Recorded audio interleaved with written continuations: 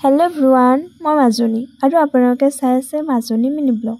আজি মা আৰু মই গৈ আছো নগৰবাদ। আমাৰ নন্দিতা বাইদেউ আহিব সেই কাৰণে গৈ আছো। নন্দিতা বুলি চিনি পাইছেনে? আমাৰ এমএলএ বাইদেউ। আমি আহাৰ পিছৰ পৰাই চালো যে সম্বৰ্ধনা অনুষ্ঠান আৰম্ভ হৈছে। সম্বৰ্ধনা অনুষ্ঠান শেষ হোৱাৰ পিছত আমাৰ এমএলএ বাইদেউ আমাক কিছু নিৰ্বাচনৰ বিষয়ে কিছু আভাস দিলে আৰু তাৰে পিছত আমি এই কথাখিনি শুনি থকাৰ পিছতে মিটিং লাহেকৈ শেষ হ'লে তাৰ পিছত আমি জয়গান গালো।